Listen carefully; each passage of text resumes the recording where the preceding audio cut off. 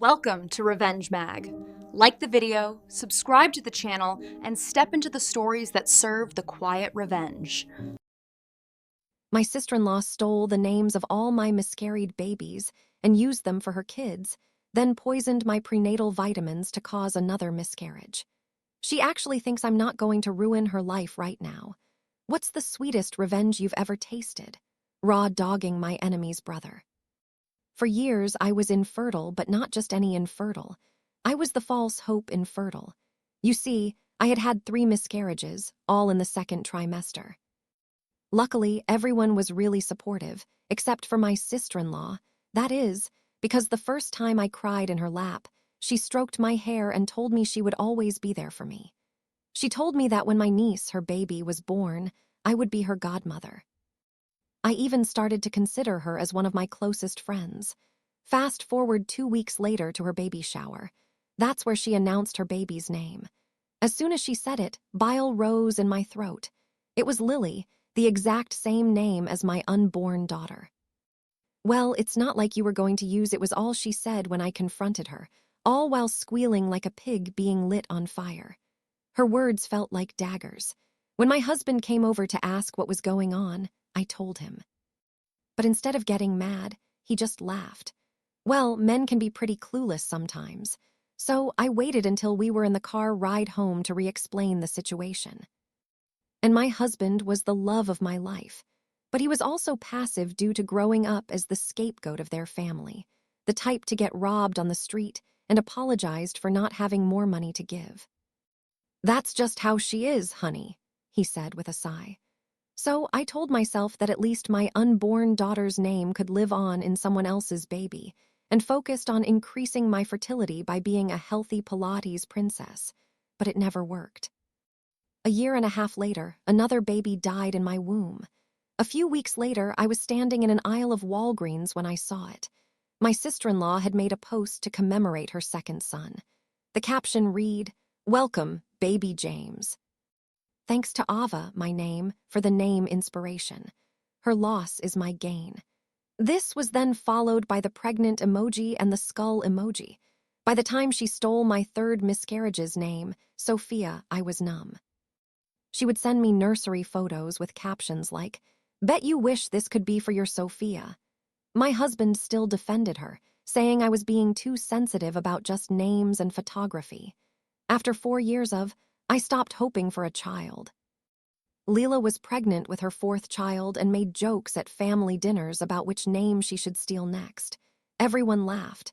Everyone except me. That night, something in me snapped. If she wanted another name, I'd give her one she'd never forget. I waited until the next family gathering and broke down in tears. I told Leela privately that I had discovered something incredible in my late mother's diary, a secret middle name she never told anyone. Eloan. I said it meant sacred child in an ancient dialect. I even created fake diary pages and showed her a Pinterest board about honoring deceased grandparents through baby names. Leela took the name and ran. She announced everywhere that she was naming her daughter Eloan Rose to honor our family's hidden history. And this revenge plan was good enough for me until 8 months later when the universe threw me a curveball. I was pregnant, like 3rd trimester pregnant. I almost cried with joy. No more memorials, no more wondering whether there was something deeply wrong with me. Me and my husband had been waiting to announce it, not wanting to get our hopes up. And that same week, we got the text. It was Leela inviting us to her baby shower. I wore a flowy dress that hid everything. My husband supported my decision, not giving an F anymore. Leela had gone all out for this shower, bigger than any before. The whole family was there, plus her mommy blog followers who'd been following baby Eloan's journey for months. Leela was in the middle of giving her speech about discovering this sacred family name. When I stood up, "Actually, Leela, I have something to share, too," I said, smoothing my dress over my now obvious bump. The room went dead silent. Leela's mouth hung open mid-sentence. My mother-in-law dropped her champagne glass. 29 weeks today, I announced, cradling my belly. We wanted to be sure this time. The room erupted in screams and congratulations. Leela's face drained of color. That's when my husband, the saint of the family, stood up and raised his hand. Leela, you were saying something about Aloan, about all that research you did. Leela's face had gone from white to red. Yes, it means sacred child in ancient. That's so weird, he interrupted, pulling out his phone. Because when I Google Aloan, all I get are medical websites about constipation relief. I had to hold my nose just to stop myself from laughing. The rest of the room was silent. I grabbed my husband's hand and walked out.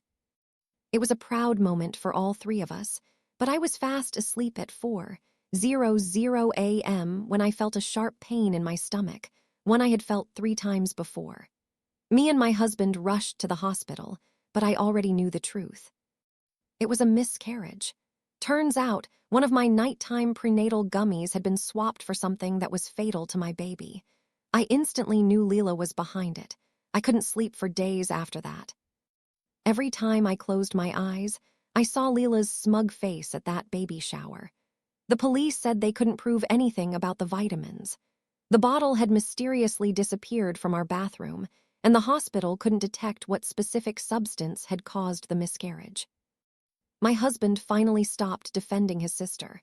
He sat on our bed, holding the empty vitamin bottle we'd found hidden in our trash can outside. His hands shook as he turned it over and over. Leela had been in our house just 2 days before it happened, claiming she wanted to help organize the nursery. I started documenting everything. Every text, every social media post, every cruel comment Leela had made over the years. My laptop became my constant companion as I pieced together a pattern I'd been too hurt to see before. 3 weeks after losing our baby, I discovered something that made my blood run cold. Leela's best friend, Rebecca, worked at the pharmacy where I filled all my prescriptions. I remembered seeing them giggling together at family gatherings. Rebecca always asking intrusive questions about my fertility treatments. I drove to the pharmacy during Rebecca's shift. She saw me coming and tried to duck into the back room, but I cornered her near the vitamin aisle. Her face went white when I mentioned the prenatal vitamins. "I don't know what you're talking about," she stammered, but her hands trembled as she straightened bottles on the shelf. That evening, Leela posted on her mommy blog about toxic family members who make false accusations. Within hours, her followers were flooding my social media with hateful messages. My phone buzzed nonstop with notifications calling me jealous, delusional, attention-seeking. My husband deleted his social media accounts after his own sister's followers started attacking him, too. We sat in our living room, curtains drawn, feeling like we were under siege. He kept apologizing for not believing me sooner. For all the years, he'd let Leela's behavior slide. The next family dinner was at Leela's house. We almost didn't go, but my mother-in-law called my husband crying, begging us not to let this silly misunderstanding tear the family apart. Against my better judgment, we went. Leela had strategically placed baby Aloan's bassinet right in the center of the dining room. Every time I looked up from my plate, I saw that name embroidered on the blanket. Leela kept making comments about how some people couldn't handle other people's happiness. During dinner, Leela excused herself to feed the baby. Her laptop sat open on the kitchen counter, screen still glowing. I don't know what possessed me, but I found myself walking toward it, pretending to get more water. The browser was open to her email. My heart pounded as I saw subject lines about fertility herbs and natural miscarriage remedies. I quickly pulled out my phone, hands shaking as I took photo after photo of the screen. "What are you doing?" Leela's voice cut through the air like a knife. I spun around, phone still in my hand. She lunged for it, but I pulled back. We struggled in her kitchen, her nails digging into my wrist as she tried to grab my phone. "Give it to me," she hissed, but I held tight. My husband heard the commotion and rushed in. For the first time in his life, he saw his sister's mask completely off. Her face was twisted with rage, nothing like the sweet persona she usually wore. "She's trying to steal my phone." Leela quickly switched tactics, tears suddenly appearing. "She's gone crazy, just like I told you all." But my husband had already seen the scratches on my wrist, the wild look in his sister's eyes. He stepped between us, and for once he didn't take her side. "We're leaving," he said quietly, taking my hand. Leela's tears dried instantly. "Fine. Run away like always, but everyone's going to know the truth about her." We drove home in silence, my wrist throbbing where she'd scratched me. I showed my husband the photos I'd managed to take. His face grew paler with each image. The next morning, Leela's mommy blog featured a long post about dealing with mentally unstable family members. She claimed I'd attacked her in her own home, that I'd been faking my pregnancies for attention all along. She even posted a photo of herself with a small bruise on her arm, though I'd never touched her. Her followers ate at it up. Comments poured in about how strong she was, how terrible it must be to have such a toxic sister-in-law. Some even started a hashtag justice for Leela. My mother-in-law called within hours. "You need to apologize," she said, not even asking for my side of the story. "This has gone too far. Leela's considering filing a restraining order. She poisoned my baby." I couldn't help but shout. "Don't be ridiculous," my mother-in-law snapped. "Leela would never do something like that. You're clearly having some kind of breakdown. Maybe you should get help." My husband took the phone from me. "Mom, you didn't see what happened. Leela attacked Ava, not the other way around." "Oh, please." His mother scoffed. "You always take her side now." Leela sent me the security footage from her kitchen. It clearly shows Ava snooping through her personal computer. My heart sank. Of course, Leela had edited the footage to exclude our struggle, to make me look like the aggressor. My husband argued with his mother for a few more minutes before hanging up in frustration. Over the next few days, the situation escalated beyond anything I could have imagined. Leela filed a report with Child Protective Services, claiming I was mentally unstable and shouldn't be allowed to adopt children. She discovered we'd started the adoption process months ago, before our last pregnancy. The social worker who came to our house was professional, but clearly influenced by the concerns that had been raised. Apparently, Leela's mommy blog followers had been calling the adoption agency, sending emails about my dangerous behavior. "We've received over 50 complaints," the social worker explained, flipping through her folder.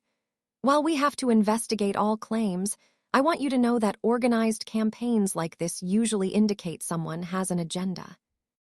We provided character references, medical records showing my mental health was fine, everything we could think of, but the damage was done. The adoption agency put our application on hold pending the investigation. I sobbed in my husband's arms that night. Leela hadn't just stolen my baby's names. She was trying to steal any chance I had at motherhood. The next morning brought fresh hell. Leela had posted screenshots of my snooping on her laptop, conveniently cropping out everything that showed her research into miscarriage-inducing herbs. Her followers were calling me a criminal, demanding I be arrested for invasion of privacy.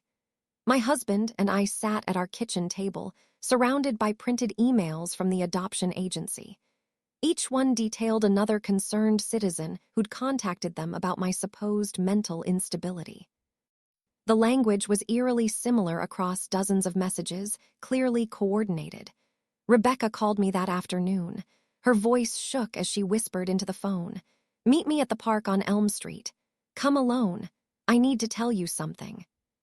My husband wanted to come with me, but I knew Rebecca would bolt if she saw him. I found her sitting on a bench near the playground, nervously watching mothers push their children on swings. "I can't do this anymore," she said as soon as I sat down. "Leela's gone too far. The vitamins, she made me switch them, said it was just harmless herbs to help with your anxiety." My hands clenched into fists. You knew what they were. Rebecca's eyes filled with tears. She had dirt on me. "I've been skimming pills from the pharmacy. Just anxiety meds for myself. Nothing serious." But she found out somehow and threatened to report me unless I helped her. I pulled out my phone to record, but Rebecca grabbed my wrist. "No recordings. I'll deny everything if you try to use this against me." I wanted you to know I'm sorry and to warn you. She's not done." "What do you mean she's not done?" Rebecca glanced around nervously. "She's been stealing your mail, has copies of all your adoption paperwork. She knows which agency you're using, who your caseworker is, everything." My blood ran cold. We'd been wondering why some of our mail seemed to go missing. Rebecca stood to leave, but I grabbed her arm. You have to tell someone. The police, the adoption agency, anyone. She yanked away from me. I can't lose my job. I have kids, too. She hurried away, leaving me alone on the bench. That evening, my husband installed security cameras around our house.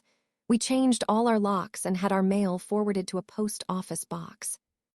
It felt like we were preparing for war. Leela's next move came at Thanksgiving dinner. The whole family gathered at my mother-in-law's house, tension thick enough to cut with a knife. Leela arrived late, making a grand entrance with all 4 of her children dressed in matching outfits. During dinner, she kept making pointed comments about people who can't let go of the past and the importance of mental health treatment. My husband's jaw clenched tighter with each jab, but he stayed silent.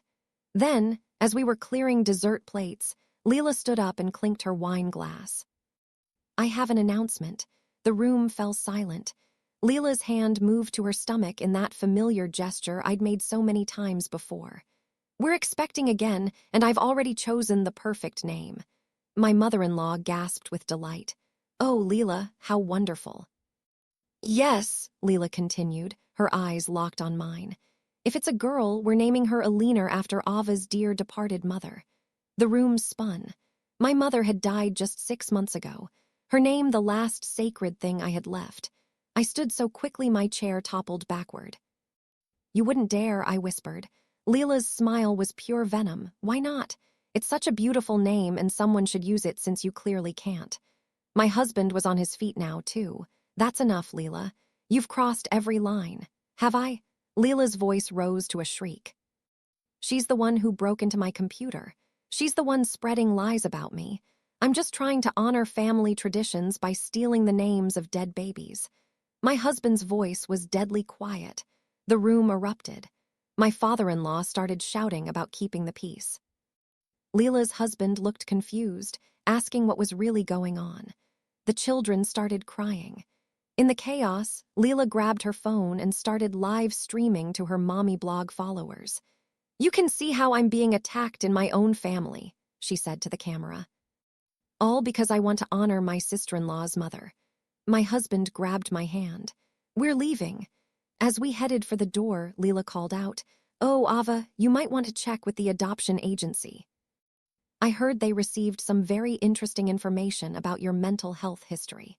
We drove home in silence, both of us too angry to speak. When we got home, there was a message on our answering machine from our adoption case worker asking us to call urgently. My hands shook as I dialed the number.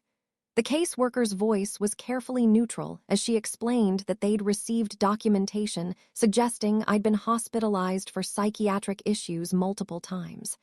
That's not true, I said, my voice breaking. I've never been hospitalized for anything except my miscarriages. I understand, she said, but we need to investigate these claims. Can you provide your complete medical history?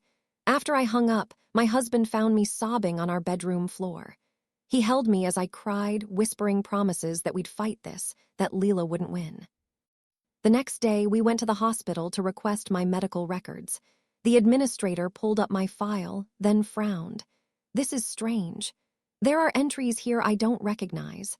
My heart sank as she showed us the screen. Someone had added fake psychiatric admissions to my electronic records, complete with diagnoses of delusional disorder and pathological lying. This is fraud, the administrator said. We'll need to investigate how someone accessed our system. It took 2 weeks to get the fake entries removed and documented as fraudulent. During that time, Leela escalated her campaign. She created fake social media accounts in my name, posting unhinged rants about wanting to steal other people's babies. She sent anonymous tips to my employer about my mental instability. My husband started recording everything. He bought a small camera he wore on his shirt, documenting every interaction with his family. His mother called him paranoid, but he didn't care anymore. The breakthrough came from an unexpected source. Leela's eldest daughter, Lily, now 8 years old, called our house one evening when her parents were out. Aunt Ava, her small voice, said, I need to tell you something. Mommy makes us lie about you. My husband quickly started recording as Lily explained how her mother made her, and her siblings tell people I was mean to them, that I scared them, that I said bad things about their family. She practices with us, Lily said. Makes us repeat the lies until we say them right. I don't want to anymore. You've never been mean to us. We saved the recording, adding it to our growing pile of evidence. But Leela must have found out about Lily's call because the next day she posted about how I was manipulating innocent children and turning them against their mother. Her followers were raged, sending death threats to my social media accounts. Someone posted my work address and protesters showed up at my office with signs calling me a baby killer and child predator. My boss called me into his office. I know this is personal, he said, but it's affecting the company.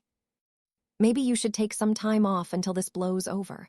I was effectively suspended from my job. Leela had managed to destroy my reputation, my career prospects, and my chance at adoption. But she wasn't satisfied yet. 2 weeks later, my husband's grandmother celebrated her 90th birthday. We debated not going, but his grandmother had always been kind to me, and I didn't want to disappoint her. The party was at a restaurant. Neutral ground we thought would be safe. Leela arrived late as usual, making sure all eyes were on her. She air-kissed relatives and gushed about her pregnancy, now showing prominently during the cake cutting. I excused myself to use the restroom. Leela followed me in, checking the stalls to make sure we were alone before turning to face me. You should just give up, she said conversationally, applying lipstick in the mirror. You're never going to be a mother. The adoption agency has already rejected your application. Oh, didn't you know?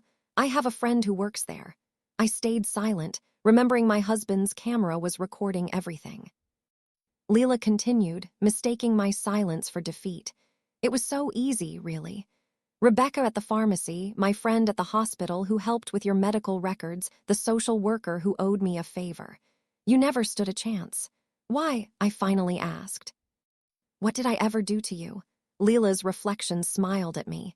You married him. You took my brother away from me. He was supposed to always put me first.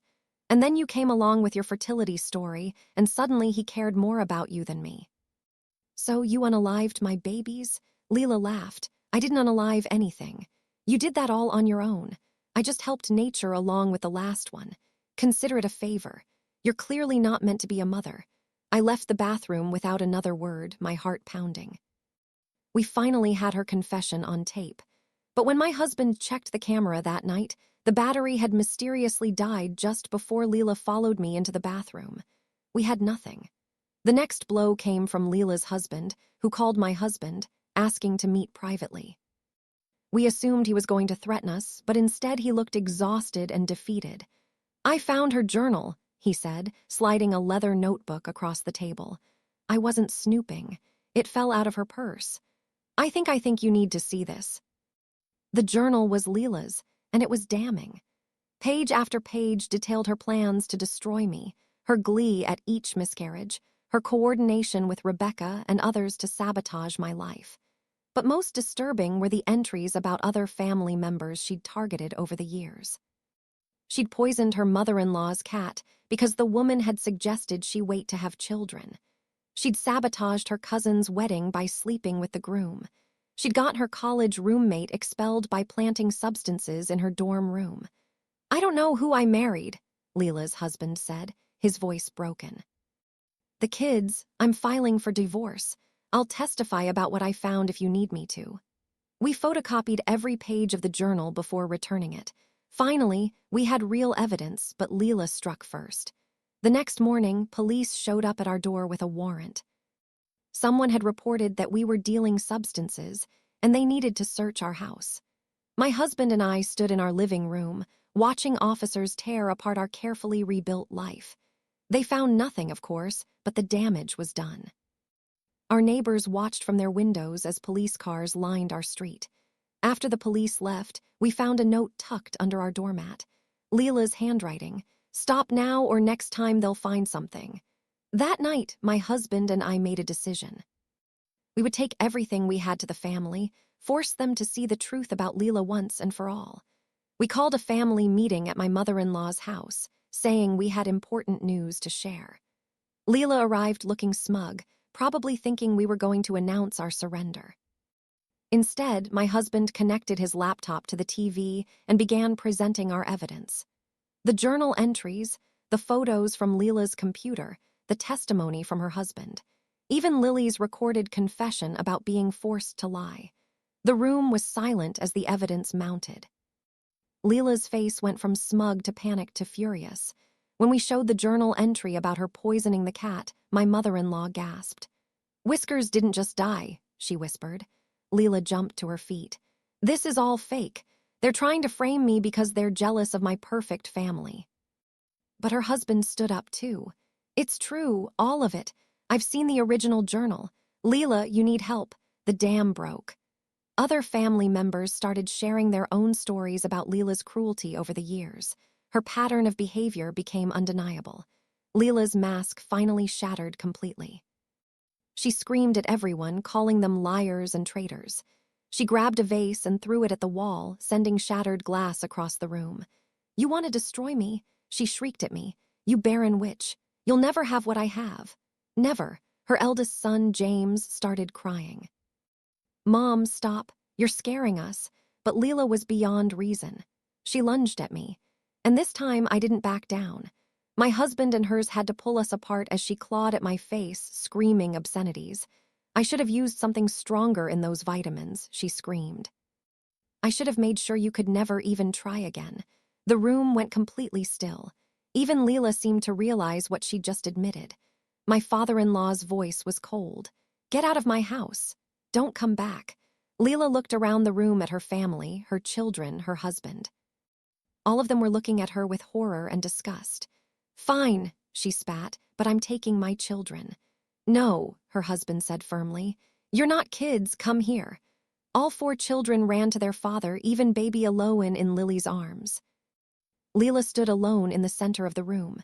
Finally seeing the consequences of her actions, she left without another word, slamming the door behind her. The family sat in stunned silence for a moment before my mother-in-law started crying. "I'm so sorry," she sobbed, reaching for my hand.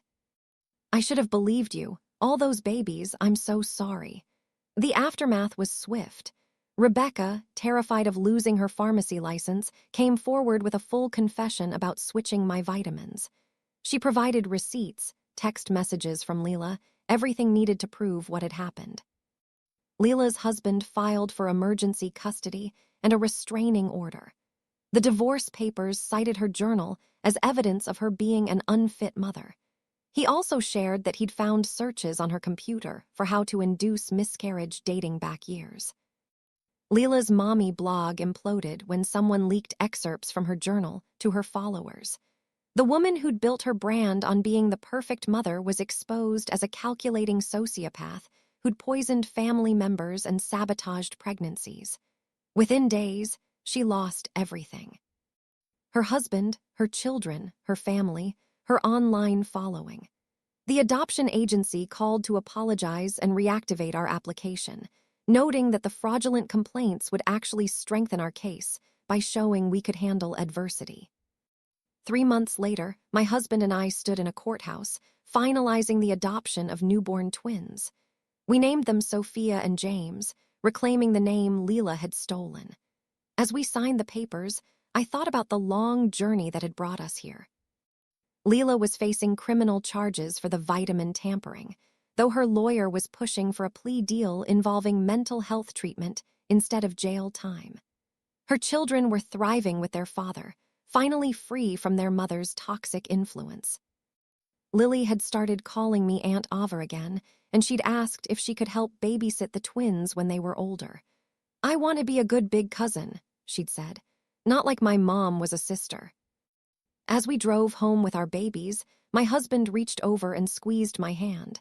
We'd survived Leela's campaign of terror, and somehow we'd come out stronger. The twins gurgled in their car seats, and I smiled through my tears. Leela had tried to steal everything from me. But in the end, she'd only stolen from herself. I had my family, my babies, my life back. And Leela, she had exactly what she'd always given others, nothing but the consequences of her own cruelty.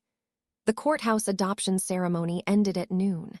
By 12:30, Leela was already causing problems. My husband spotted her first, standing across the street from the courthouse steps where we were taking photos with Sophia and James. She wore oversized sunglasses and a baseball cap, but her rigid posture gave her away. "Don't look," he whispered, shifting to block her view of the twins.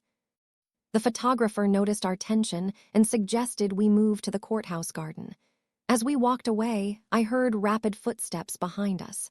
Leela had crossed the street. "Those should have been my names to give," she called out. Security intercepted her before she got close. We watched them escort her away while she shouted about her rights as an aunt. The twins slept through it all, unaware of the drama surrounding their first official day as ours. That afternoon, we discovered Leela had been busier than we thought. Our adoption announcement on social media, posted by my mother-in-law with our permission, had been screenshot and reposted on Leela's new blog with commentary about baby thieves and name stealers. Rebecca texted me a warning. Leela had been at the pharmacy that morning asking strange questions about infant medications and allergies. Rebecca had refused to give her any information and alerted her manager, but the encounter left everyone uneasy. We installed a doorbell camera that evening. My husband also changed our pediatrician to one across town just to be safe. The twins needed their first checkup next week, and we weren't taking chances. Leela's husband called the next day with disturbing news. She'd broken into his house while the kids were at school, taking photo albums and baby clothes. She'd also left a note demanding visitation with her children. "The restraining order covers the kids, too," he assured us, "but she's getting desperate. She's been staying with different friends, telling them, 'You've all turned against her for no reason.'" 3 days later, Leela showed up at my husband's workplace. She'd waited in the parking garage, approaching him as he walked to his car. My husband immediately started recording on his phone. "You poisoned everyone against me," she said, blocking his path. "Even my own children won't talk to me." My husband tried to step around her, but she moved with him. "Leela, you need to leave. You're violating the restraining order. That piece of paper means nothing. You're my brother. You're supposed to protect me, not destroy me. You destroyed yourself," he said quietly. Leela's face contorted. She grabbed his phone and threw it against the concrete wall. It shattered on impact. Then she ran to her car and sped away before security arrived. The broken phone meant we lost that recording, but the parking garage cameras caught everything. My husband filed a police report, and a warrant was issued for Leela's arrest. She evaded police for a week. During that time, she created dozens of fake social media profiles, flooding our accounts and our employers' pages with accusations. She claimed we'd stolen her children, ruined her marriage, and planted evidence against her. One profile particularly stood out. It used photos of Sophia and James from the courthouse, edited to include Leela holding them. The captions claimed they were her twins that we'd kidnapped. Several of her old blog followers, still loyal despite everything, shared the posts. My boss called me back into his office. "I know this isn't your fault," he said, sliding a printed screenshot across his desk, "but HR is concerned. These accusations of kidnapping, even though they're false, they're affecting our workplace." I stared at the fabricated photo of Leela with our twins. "What are you saying?" "Take extended leave. Paid. Let this situation resolve, then we'll reassess." I cleaned out my desk that afternoon, trying not to cry.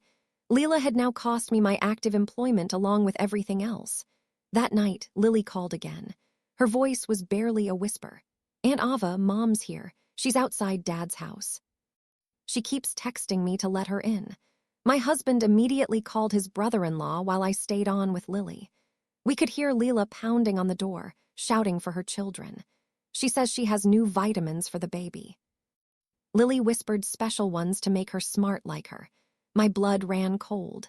"Lily, don't open that door. Stay away from the windows." Police arrived within minutes. We listened over the phone as they arrested Leela. She screamed the entire time about her rights as a mother. How we'd all conspired against her, how she just wanted to give her baby vitamins. They found a bottle of unmarked pills in her purse. Leela spent 2 nights in jail before making bail. Her lawyer argued she was having a mental health crisis and needed treatment, not incarceration. The judge agreed to bail with conditions.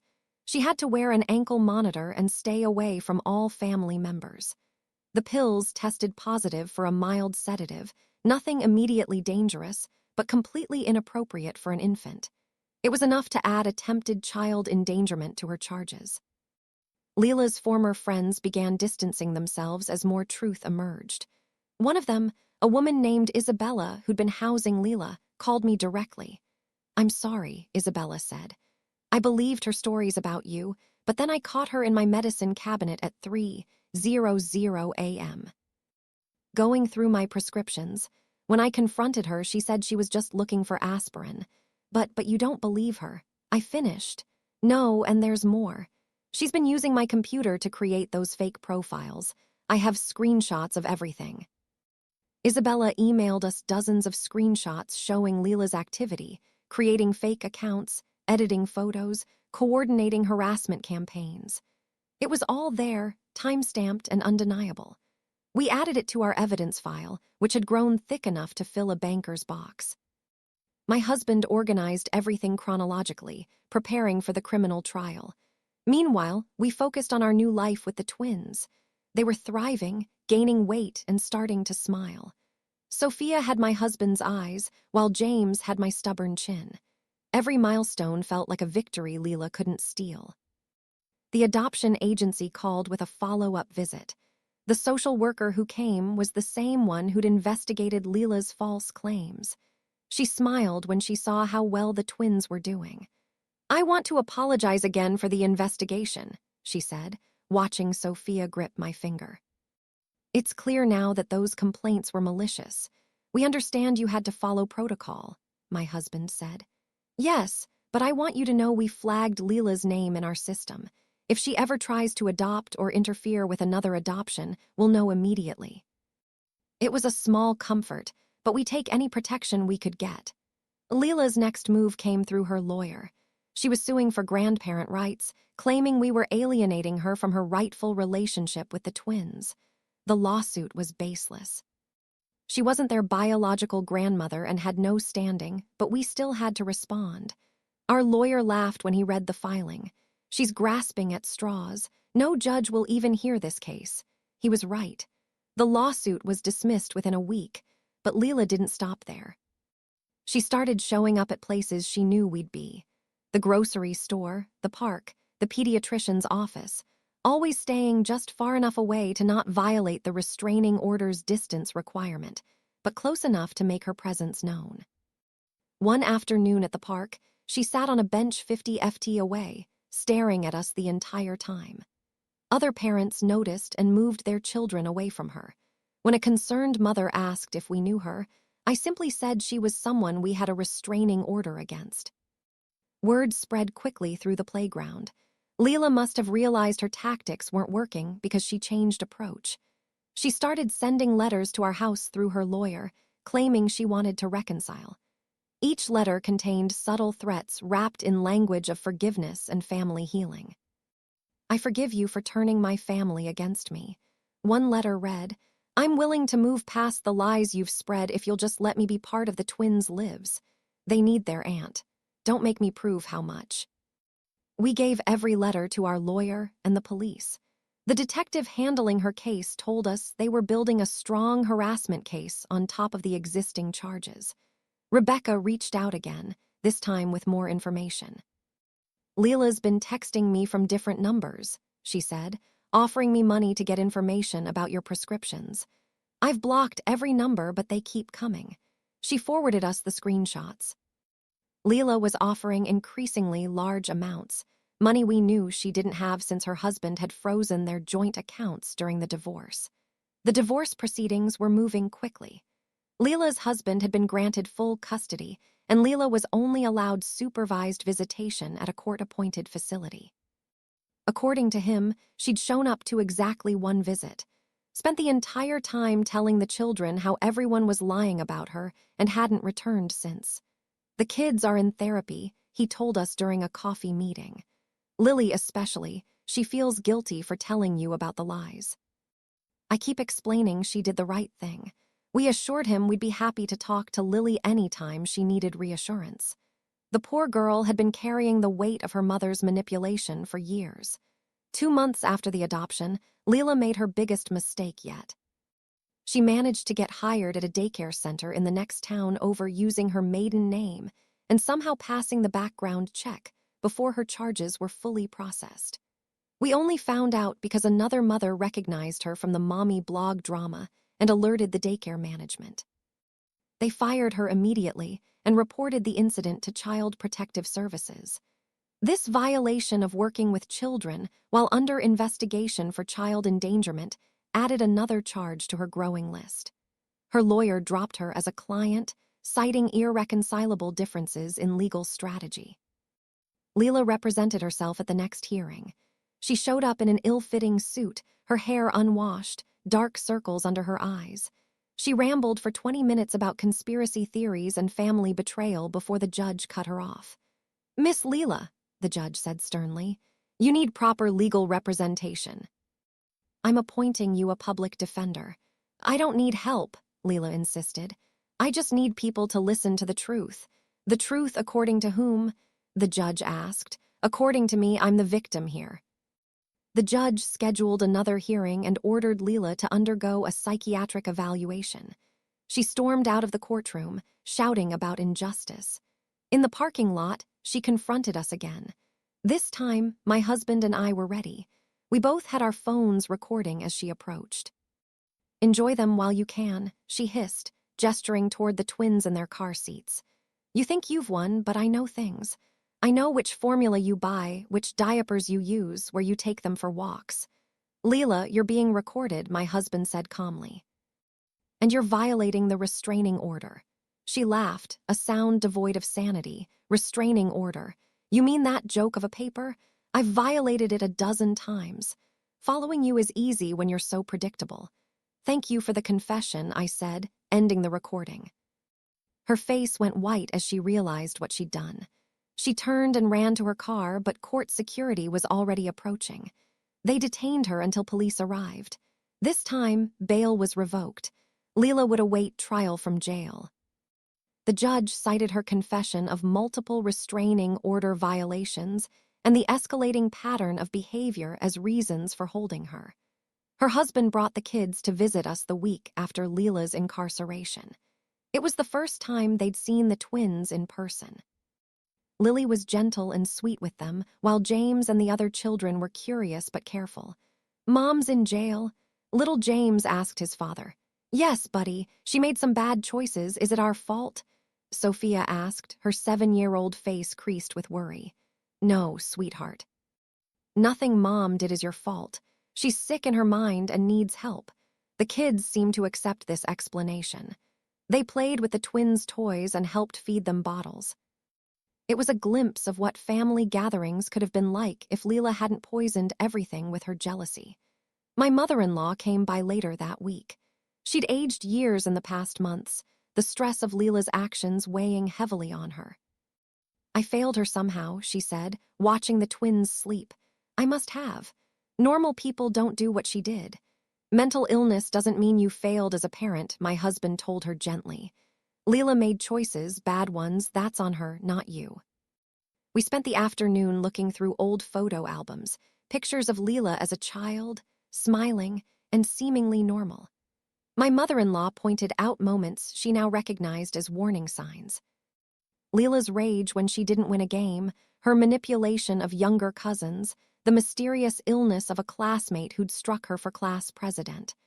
"I always made excuses," my mother-in-law admitted. Said she was competitive, driven. I never wanted to see what was really there. The criminal trial was set for 6 months out.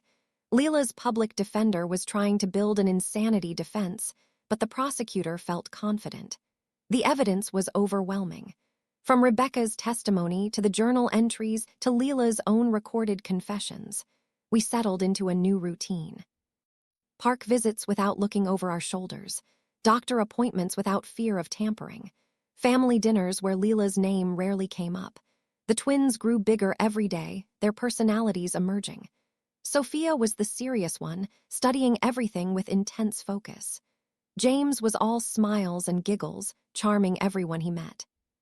They were perfect and they were ours, and Leela couldn't touch them from behind bars. The daycare center where Leela had briefly worked sent us a letter. They were implementing new background check procedures because of what happened. They also offered us free child care if we ever needed it. Their way of apologizing for the security lapse, we declined politely. The twins would stay with family or trusted friends when needed. Trust was earned slowly these days. Rebecca sent a final text. I'm moving. New job, new state. I need to start over where no one knows what I did. I'm sorry again. Take care of those babies. I didn't respond. Some bridges once burned couldn't be rebuilt. 5 months into Leela's incarceration, we got unexpected news. She was pregnant. Apparently, she'd been seeing someone before her arrest and now faced giving birth in prison. Her husband was devastated. Those kids don't deserve another sibling born into this mess, he said. And who knows what she took while pregnant? She wasn't stable. The pregnancy added another layer of complexity to the trial. Her lawyer pushed harder for the insanity defense, arguing no sane woman would commit crimes while pregnant. The prosecutor countered that Leela's calculated actions showed clear premeditation, not insanity. We attended every pretrial hearing, sitting quietly in the back, bearing witness. Leela grew larger and more disheveled with each appearance.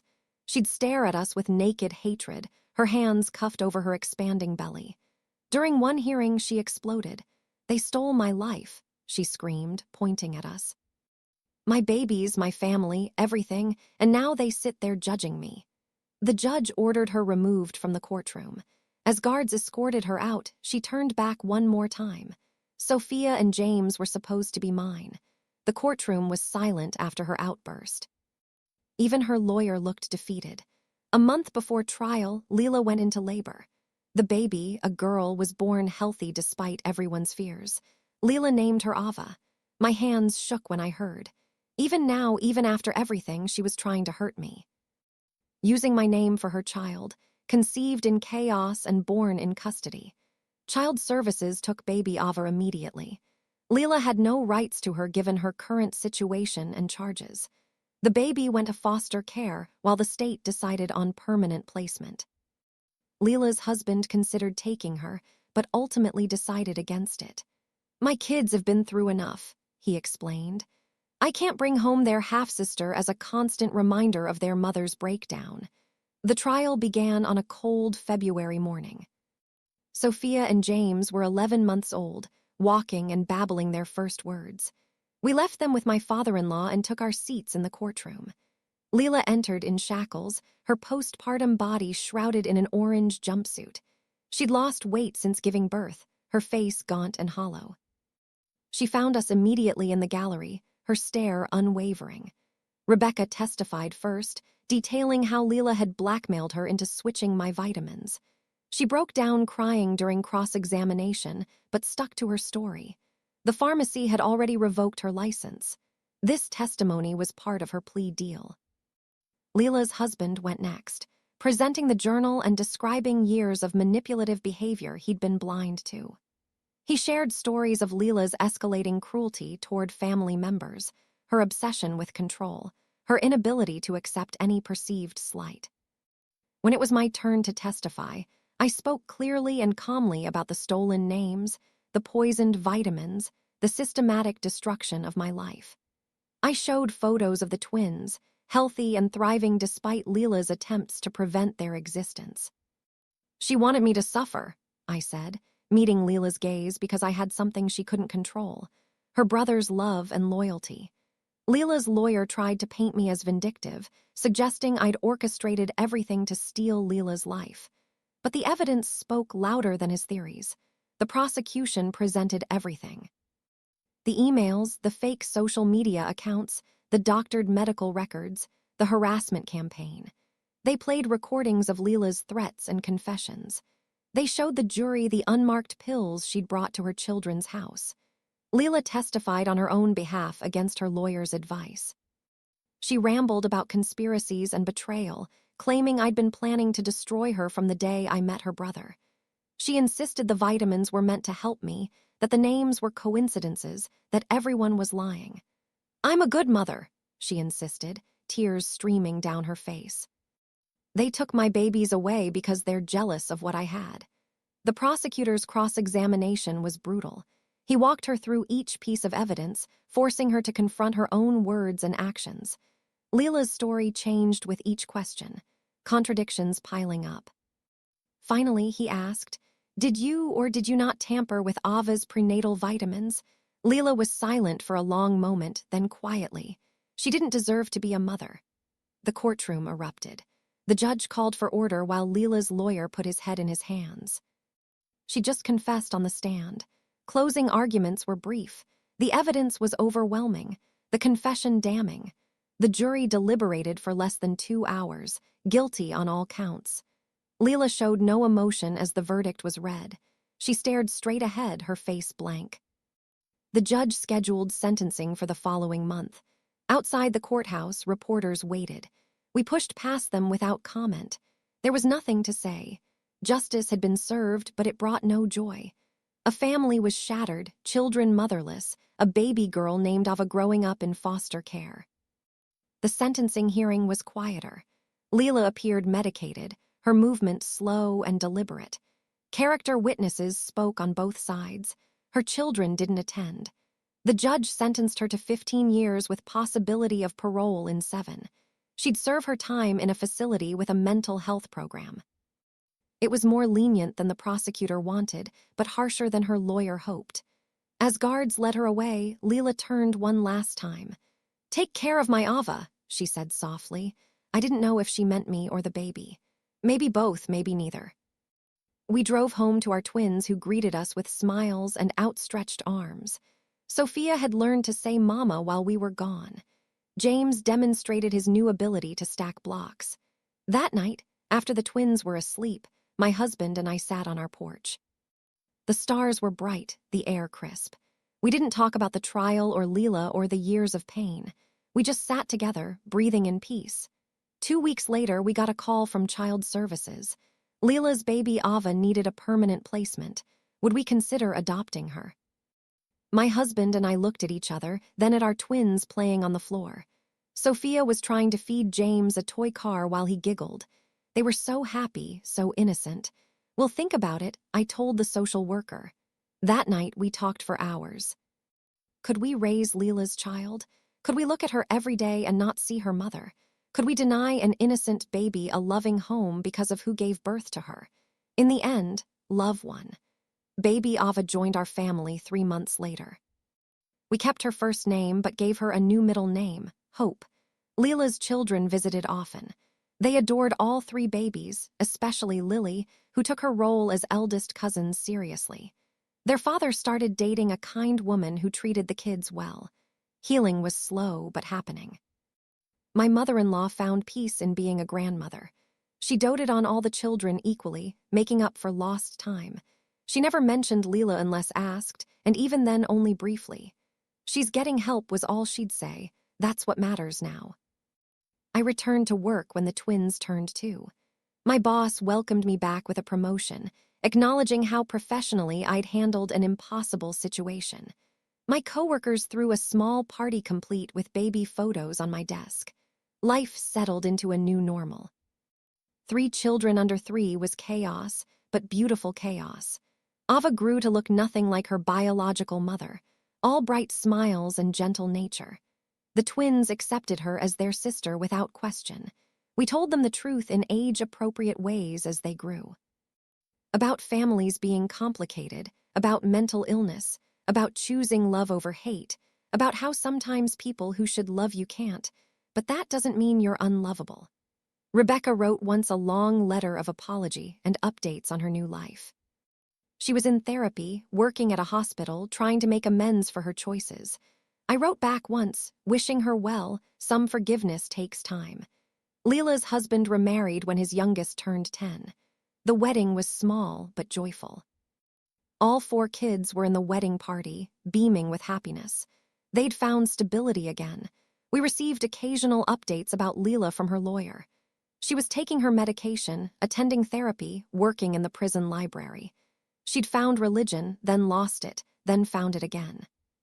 She wrote letters to her children that her ex-husband saved unopened, waiting for them to decide if they wanted to read them someday. She never wrote to us. We were grateful for that. On the twins' 5th birthday, we threw a big party. All the cousins came along with school friends and neighbors. Lily, now a teenager, helped organize games. Leela's other children sang happy birthday with genuine joy. Baby Ava, now 3, tried to blow out her siblings' candles. Sophia stopped her gently while James laughed. They were so patient with their little sister, protective and loving. My husband's grandmother, now 95, sat in her wheelchair beaming. She'd lived to see her family heal from the fractures Leela had caused. She held baby Ava on her lap, whispering stories about the family's history, the good parts. That night, after cake and presents and too much excitement, we tucked 3 exhausted children into bed. Sophia insisted on one more story. James wanted extra cuddles, and Ava needed her special blanket arranged just right. As I closed Ava's door, I thought about Leela in her cell. Did she think about the children she'd lost through her own actions? Did she regret the path she'd chosen? Did she ever accept responsibility? I'd never know, and that was okay. Her journey was hers alone now. My husband found me in the hallway, pulling me into a hug. We'd survived the impossible and built something beautiful from the ashes. Our children were happy, healthy, loved. That was what mattered. The next morning brought the usual chaos. Spilled cereal, lost shoes, arguments over toys, normal family life. Sophia helped Ava find her favorite dress while James fed the dog breakfast. They were good kids, kind kids, despite or perhaps because of their origin story. My phone buzzed with a text from Lily. "Can I babysit this weekend? I want to practice for when I have kids someday." I smiled, typing back, yes. The cycle of family continued. Healthier now, built on truth and choice rather than manipulation and pain. Leela had tried to destroy us with her jealousy and cruelty. Instead, she'd created a larger, stronger family, united by love and resilience. Her biological children thrived without her poison. Her baby grew surrounded by the love she'd tried to deny others. And us, we had everything she'd wanted, not because we'd stolen it, but because we'd earned it through patience, perseverance, and the choice to love even when it hurt. The twins started kindergarten that fall. Sophia organized her supplies with military precision, while James charmed his teacher within minutes. Ava watched them leave with tears, counting the days until she could join them. We stood at the bus stop, 3 parents waving goodbye. My husband squeezed my hand as the bus pulled away. We'd made it. Despite everything, we'd made it. That afternoon, while Ava napped, I finally opened the box I'd kept in our closet. Inside were the ultrasound photos of our lost babies, the ones whose names Leela had stolen. I looked at each one, remembering the hope and heartbreak they represented. Then I added new photos. Sophia, James, and Ava playing together. Life from loss, joy from sorrow, family from the ashes of another's destruction. I closed the box and put it away. The past was honored but not dwelt upon. The present demanded too much attention, too much love, too much life to waste time on what might have been. Downstairs, Ava was awake, calling for snacks. I headed down to meet her, ready for whatever came next. We'd survived Leela's worst. Everything else was just life. Messy, beautiful, ordinary life. If this story hit home for you, whether it's the sting of being harmed intentionally by your family, the sweet rush of quiet success, or the messy fallout of family expectations, like this video. Thank you for staying with me until the end. Also, please hit that subscribe button on the Revenge Mag right now so you never miss the next story that might feel like it was written just for you. Check the description below for links to other videos. There are more tales of underdogs turning the tables, family twists, and hard-won victories waiting for you. Drop your thoughts in the comments. And if you've got your own story of being written off, proving them wrong, or navigating that complicated sibling dynamic, share it below. I read every single comment, and I'll reply to all of them. Your stories matter, And sometimes seeing you're not alone is the most powerful part. See you in the next one. Take care of yourselves out there.